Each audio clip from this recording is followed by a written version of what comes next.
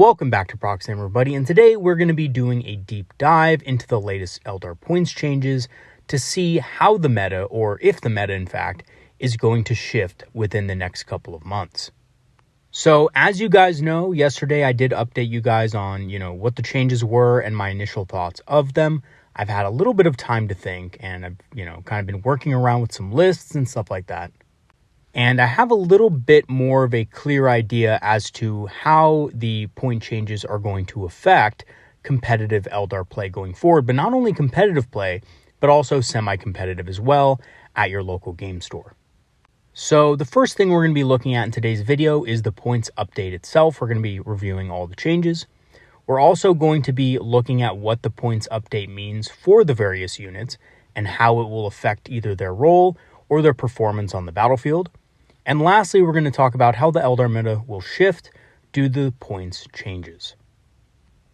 Okay, so first let's look at Fuegan. Fuegan got increased from 115 to 130 points, which is about a 13% increase.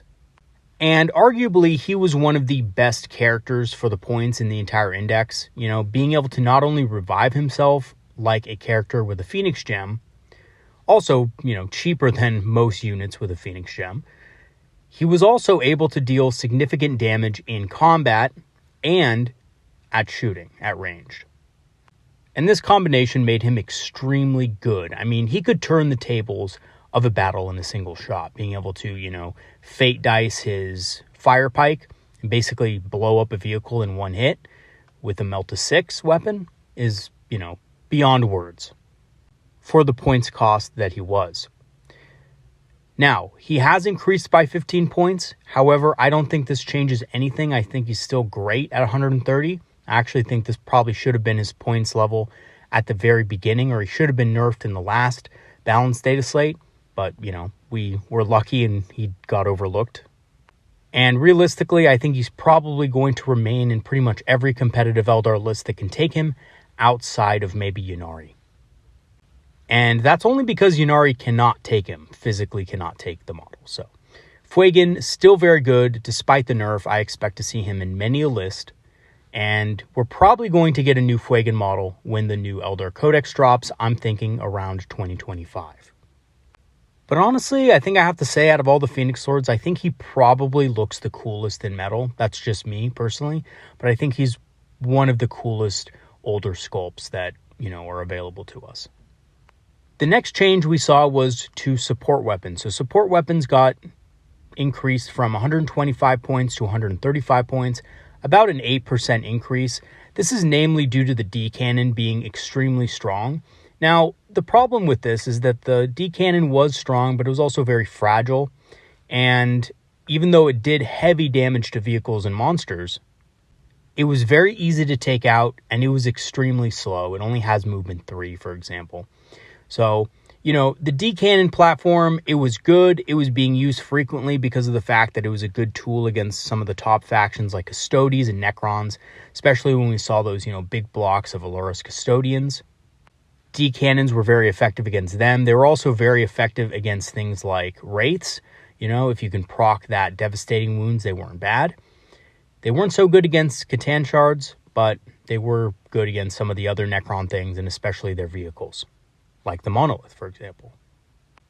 Now, basically, I think D cannons are probably still going to be used in competitive play. I originally assumed that they were just not going to be taken. That was my knee-jerk reaction. Having time to kind of think about it a little bit, I think the D cannons still will be taken in certain builds, but you're just not going to see them as often. But they are still good, and depending on, kind of what armies are at the top of the meta, you may see a lot of them or you may see very little. Necrons and Custodes both took significant nerfs, and although I think they're still going to be strong, I don't know if they're going to be the cream of the crop factions in competitive play. I don't know if they're going to be, number 1 and number 2 respectively anymore. And because of that, I think D cannons might just fall off due to that shift in the meta. And again, it's not so much that the points increase is going to kill them as a unit. You can definitely still use them if you're playing a lot of Custodes players, or if you're playing into a lot of Necrons and these have been really useful for you, they're still going to be good, if not better, because, Necrons and Custodes did get a nerf. But again, like I said, I think these are going to be extremely meta dependent, and they're not looking so good against other factions point for point. Against orcs, I think orcs are going to be very strong. They actually look to be very weak into orcs in general, especially against green tide. You have a lot of, invul saves that can easily negate everything except the devastating wounds, and you're only killing one model per, kind of attack. So they're really just not going to be that good. And then probably against your, most elite orc units, your, battle wagons and mega knobs, they'll probably be okay against battle wagons. But against mega knobs, they're going to have a feel no pain save of 4+, which is going to negate a lot of damage. So, the D cannons just really aren't looking that good into those specific matchups. Next up is Swooping Hawks, and they got a 5-point nerf from 75 to 80 points, about a 6.67% increase.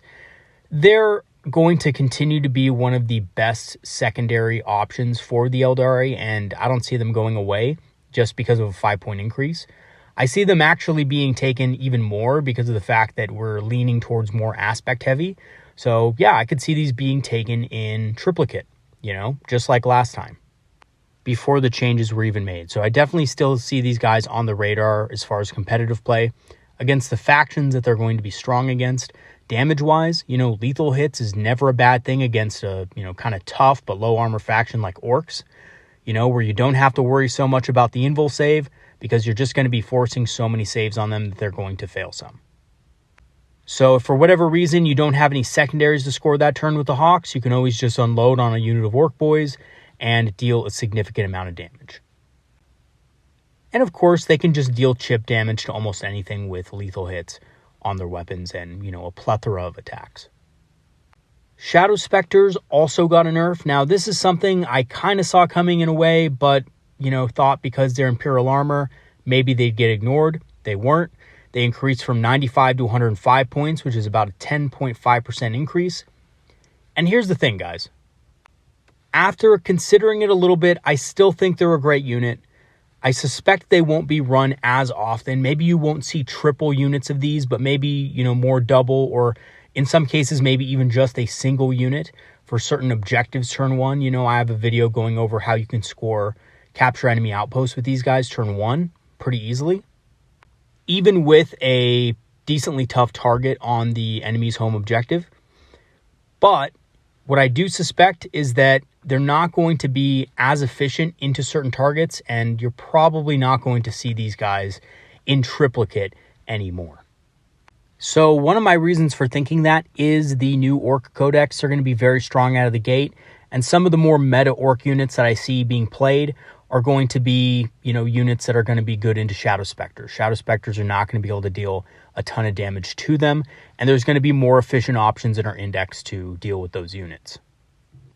One of the biggest examples of this, I think, is just your regular boy squad, taken in a unit of 20, maybe taken in green tide.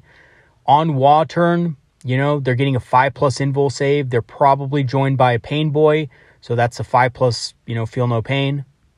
Even though each Shadow Spectre is getting an average of 7 to 8 attacks, even if you're rolling 40 dice at your opponent, it's just not going to be enough to kill enough of them to warrant the points you spend on the Shadow Spectres. And just to give you guys some quick math to think about, 5 Shadow Spectres making 40 attacks against an Orc boy unit will only on average deal about 10 wounds. 5 of those will be saved between invuls and feel no pains. So that's only about 40 points worth of models that you'll be killing, which really isn't that great, especially considering a unit of 3 Wind Riders can easily do more damage than that. However, they are still a great unit overall against guard equivalents, and they're great for secondary objective play. And they're also really good into things like Sisters of Battle. I think Sisters of Battle are an army that is going to be strong and that you might see in competitive play. So, be prepared for that, and this unit is a good unit for dealing with them. The last thing that got nerfed is the Phoenix Gem from 25 to 35 points. That is a very significant increase, but I really saw it as essentially attacks on the Autarch Wayleaper just being an auto-include in virtually every army. GW wanted to find a way to reduce the power of the Wayleaper. With the revive, he was just really hard to deal with, and despite that though, I think he's still going to be seen in competitive play. With the Phoenix Gem. I think 150 points is pretty steep, but if you think about it in this way, players were willing to spend 140 points on him. I think 150 points is probably just on the edge of what players are, willing to consider him an auto-include at.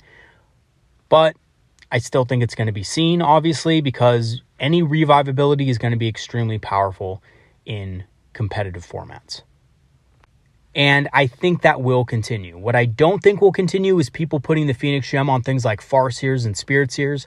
I think that's pretty much gone the way of the dodo. It's too expensive to, put on a model that's not going to have a huge impact on the midboard like a Farseer. And I actually see people replacing the Phoenix Gem in their lists, if they do have them on Farseers, with Guardian Defenders. So Guardian Defenders, as you guys know, did get changed, and I will discuss that in a second. But I don't see people putting Phoenix Gems on those units anymore. It's pretty much just going to be for the Autarch Wayleaper. And speaking of, we have Guardian Defenders. They got reduced from 110 points to 100 points. That's a 9% decrease. Definitely much better for the points now, although I do still think their ability is nothing to write home about. It's a nice thing to have, but it's not going to change games necessarily unless you can get that 6, fated 6 on the Fate dice.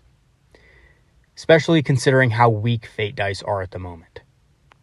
Now, a little off topic, but I do want to do a video on Fate dice within the next week or so, how to use them since the nerfs and how to make the most use out of them. So I will be doing a video on that. But as far as Guardian Defenders go, I think they're going to be a decent backfield screening unit, but I do suspect that Storm Guardians will still be more popular. Although, Guardian Defenders are still good. They're a solid unit. I thought they were pretty solid before at 110 points. Maybe not super competitive, but definitely not a bad unit, and a unit that, when used properly, can be very effective in the early stages of the game as well as the late stages of the game, especially when you pair them with a Farseer. And I think that's really where they're going to shine is, paired with a Farseer in the backfield. The Farseer can affect things like Warwalkers, which we'll probably see more of since the D-Cannon nerfs, and, other things, even the Guardians themselves, if they're taking a Brightlands, which they probably should be taking. The next unit that got a points decrease was Storm Guardians. I was really excited to see this because I already thought Storm Guardians were good at 115, but they're even better at 100. It decreased by 13. And they're going to be really efficient. They were pretty good at dealing with Space Marine squads, Marine equivalent units of 5, things like infiltrators, things like intercessors, and so forth. And now, because of the points decrease, they're even better at it. So if you figure a squad of infiltrators costs 100 points, these guys cost 100 points, and on average dice, if you can, get the first strike on them, you will most likely kill them, which is awesome. And just to give you, again, a little bit of quick math to prove my point, the 2 fusion guns in the unit alone will, on average dice, kill 2 infiltrators. So between the rest of the unit shooting and combat, you should be able to sweep that unit off, or at least, kind of bring them down to the point where they're not fighting effective anymore. But that's the great thing about Storm Guardians. They trade pretty well, but they're not going to be, that's not going to be their primary goal. Their primary goal is to set up sticky objectives for you, which is really important for an army who can't hold objectives particularly well. And they're also going to be a good screening unit. So they're good in pretty much every matchup because of that utility that they have. So we did see these guys in several competitive lists before the changes, and now I think we'll probably see them included even more, just as a single unit to provide sticky objectives and to provide some utility as well.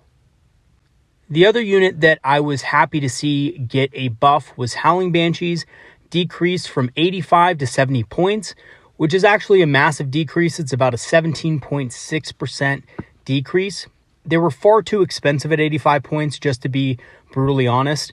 I did use them in several lists, and I found that they were better than what people expected when used correctly.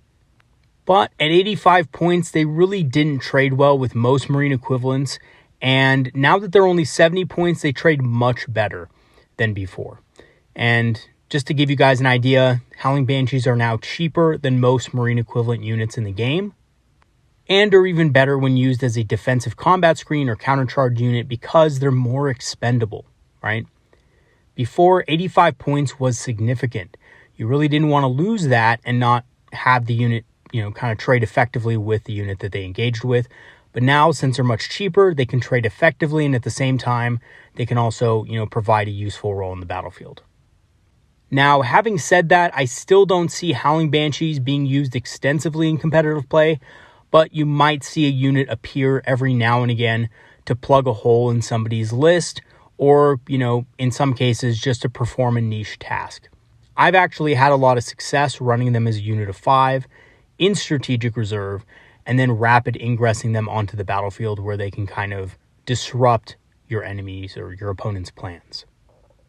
And it is a little bit of an expensive combination, and I think in this case, Jane Czar would probably be better for this, but if you rapid ingress a unit of Howling Banshees next to a unit that your opponent is planning to charge later that turn, you can then heroically intervene with those Howling Banshees and basically wipe the enemy unit out before they can strike.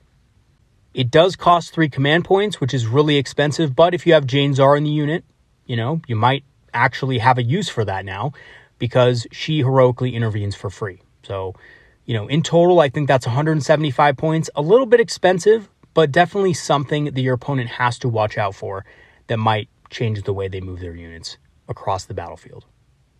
Shining Spears also got a points decreased from 120 to 110. That's a 16.6% decrease. That is pretty significant, but I still don't think Shining Spears are competitive, and that is only because of how they interact with terrain. I think that if, they interacted with terrain a little bit better with their large bases and with the fact that they're, a flying unit without the infantry keyword, I think they would be much better at 100 points. And if we see a future rule change where GW allows mounted and other types of units with the fly keyword to interact with, ruins a little bit better, I think we would see, Shining Spears really come into their own. But until that point, I just don't think they're going to be that great on any terrain dense boards. And that also includes Leviathan type terrain. Where I do think they could be very useful is in reserve. Again, just kind of like the Howling Banshees, put them in reserve, rapid ingress them onto the battlefield, and then you can kind of pick and choose where they go because they are pretty fast at movement 14, so you do have to factor that in. They do have a decent shooting attack as well. So they can hit pretty hard, but the targets that they can hit are going to be limited because of the way they interact with terrain. So I think this is not going to make them competitive, but it certainly makes them more viable. Striking Scorpions are the last unit that got changed. They decreased from 75 to 65 points, which is a 13.3% decrease. And this actually surprised me quite a bit because I thought they were pretty good at 75 points for the damage they dealt.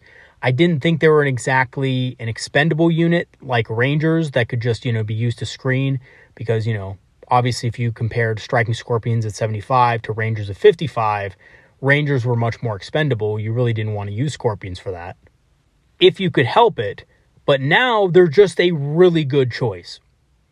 They're a very strong contender for our Army's Essential Infiltration unit. Rangers do have some competition now. Yes, Rangers are still 10 points cheaper, but Scorpions for that extra 10 points have a little bit more durability, which probably won't matter that much as an Eldar player, to be honest, but, they do have a little bit of extra durability, and they have way more damage potential than Rangers do. So it opens up your options quite a bit. If you go first, unlike Rangers, which will probably just move block something or score a secondary objective, Scorpions can do any number of things. They can score that secondary, or they can charge something, perhaps even kill something in close combat, and definitely tie something up, if not kill it. And these guys are much harder to deal with in close combat than Rangers. Most units, even your basic Space Marine unit, can kill a unit of Rangers in combat if you choose to charge into it. But Scorpions, on the other hand, are way different. Not only are they going to deal significant damage to that Marine unit, but that Marine unit is not going to be able to hit them back nearly as hard. Which essentially means the number of units you can potentially tie up with Striking Scorpions is much larger than that which you can tie up with Rangers. And I think that this alone makes them much more tactically flexible. If you do go second, it's often going to be the same case as with Rangers, but, they are cheaper. They're a little bit more expendable. So if you do lose them, it's not as big of a deal. But, you could always use Phantasm on them, get them behind some line of sight blocking terrain, and it could be a little bit more difficult for your opponent to deal with them than a unit of Rangers. Now, I do want to address one other thing, and that is possibly running the Striking Scorpions in a unit of 10. I think they are cheap enough now at 130 points that you could definitely warrant running them out of a Wave Serpent. You can warrant them running out of, Strategic Reserve, or maybe even just on the first turn, infiltrate them up the board. Now, if you are infiltrating them and you're not running them as a unit of 5, I do suggest that you just be aware of what your opponent can do and their threat ranges and so forth, because you don't want to lose that unit turn 1. It's cheaper than before, but it's still 130 points. And it's definitely not something you want to lose for nothing. Now, if that happens, if your opponent does have those types of units, you can put it in reserve, and it could be a great deterrent for your opponent to not leave their backfield exposed. So I do think there's an argument to be made, for a unit of 10 Scorpions. Although I think competitively, you'll probably just see more or multiple units of these run in squads of 5. All right, so how will the Eldar meta shift due to the points changes? So I think Aspect Warrior domination will continue despite the nerfs to Hawks and Spectres. Nothing's changing there. Hawks are still, best-in-class secondary specialists, and Spectres can do a wide array of things on the battlefield. They can really, kind of win you games if used correctly. Scorpions will also be seen a lot more as a combat alternative to Rangers, who can also create more dilemmas for opponents at that low points cost. 65 points is barely anything, guys. A unit that can deal devastating wounds in combat and has sustained hits for only 65 points and also has infiltrate, very good. Honestly, they're looking very strong, and they were pretty good before. Storm Guardians will also see more play as they're even more cost effective, and like I said before, they have seen competitive play already. A lot of you guys are, Storm Guardian doubters out there, but if they're being run in competitive lists by some of the best Eldar players in the world, I think there's something to be said about that unit. And now they're going to be even more effective at a mere 100 points. I think D-Cannons will be seen a little bit less, although they are still strong into a few matchups, especially against slower opponents who don't maybe have as many indirect fire options or fast options. I think they're still going to be very good into those kind of matchups, but they're not going to be good into a majority of the matchups, in the game. And I think especially against armies like Orcs, they're going to struggle. So I do think you will see D-Cannons a little bit less. And realistically, I was thinking about it the other day, despite their point nerfs, I think you would still see less D-Cannons out there in the meta just because of the way the new armies are coming out, Orcs and so forth. I think just are a really bad time for D-Cannons. So I think that even if they didn't get decreased, you probably wouldn't see as many anyway. Banshees and Guardian Defenders will see marginal use in lists for niche applications. I think, Guardian Defenders are probably a little bit better than Banshees in general. Mostly because Guardian Defenders have the Bright Lance, they're a good place to put a Farseer.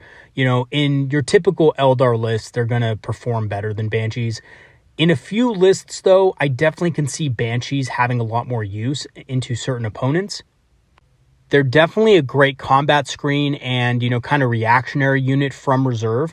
That's how I like to use them, or very terrain-dense boards where your bottom story of the ruins is completely, blocked off, obscured. Then Howling Banshees can also be good in those kind of scenarios as well for defending and screening out objectives. So yeah, I think Banshees and Guardian Defenders probably will be seen a little bit more, but not, to a great extent. Lately, I've had a lot of success running both Jane Czar and Howling Banshees separate, and I think they're cheap enough now where I can actually run them together and justify it coming out of reserve. Shining Spears probably won't see a lot of competitive play due to their difficulty to use, and, again, experienced players who know how to use terrain will just block them out so they can never charge.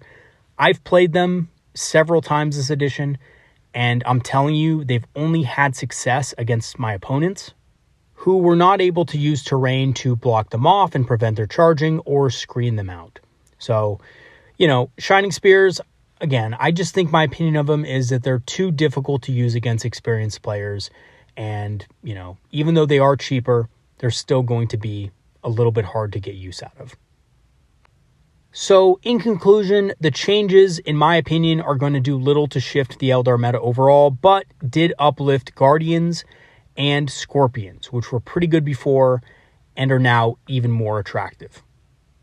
The nerfs, while not enough to make any of the units they hit unplayable, certainly Hawks and Spectres are likely to still be seen in multiples, it did make other options stand out, and we might see these units begin to phase out, quote unquote, and specifically Spectres. The reason why I say that is because Spectres are becoming, for their points, a more niche unit. They do have move, shoot, move, and that is very good, but their damage isn't as great as it was before for the points. And especially when we see the release of the Orc Codex, I think players using multiple units of Spectres into Orcs are going to be a little bit disappointed that their Spectres can only, on average, each kill about 40 points worth of Orc Boys. And alternatively, I think we're going to start to see a lot more Wind Riders in Eldar lists because they are just much better, not only against Marine equivalent type enemies, but also against Orcs. Because of the fact that Orcs have Feel No Pain, Shuriken Cannons have damage too, and also Wind Riders are getting rerolls on top of that. So I think we're going to be seeing a lot more of those in the future. And alternatively, I think we're going to start to see a lot more Wind Riders in Eldar lists because they are just much better, not only against Marine equivalent type enemies, but also against Orcs. Because of the fact that Orcs have Feel No Pain, Shuriken Cannons have damage too, and also Wind Riders are getting rerolls on top of that. So I think we're going to be seeing a lot more of those in the future.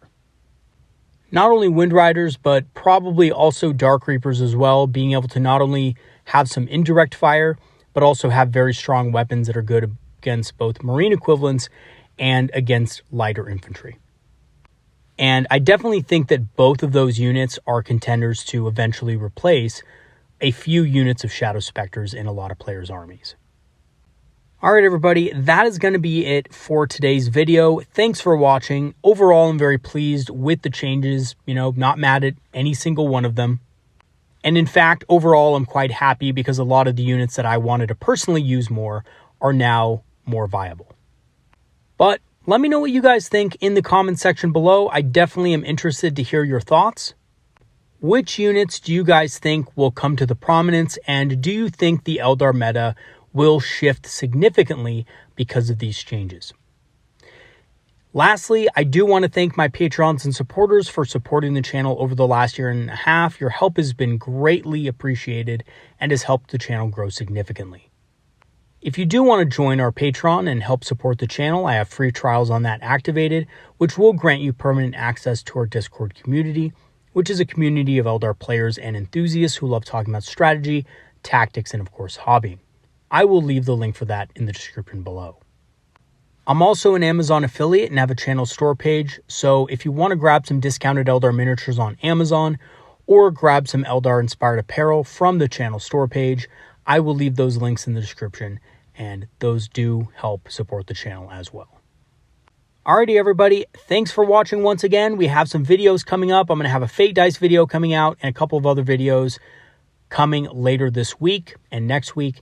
If you want to go ahead and send me suggestions, feel free to. I'm always open to them, of course, and I always try to incorporate them into my video schedule. Have a good one, everybody. Peace out.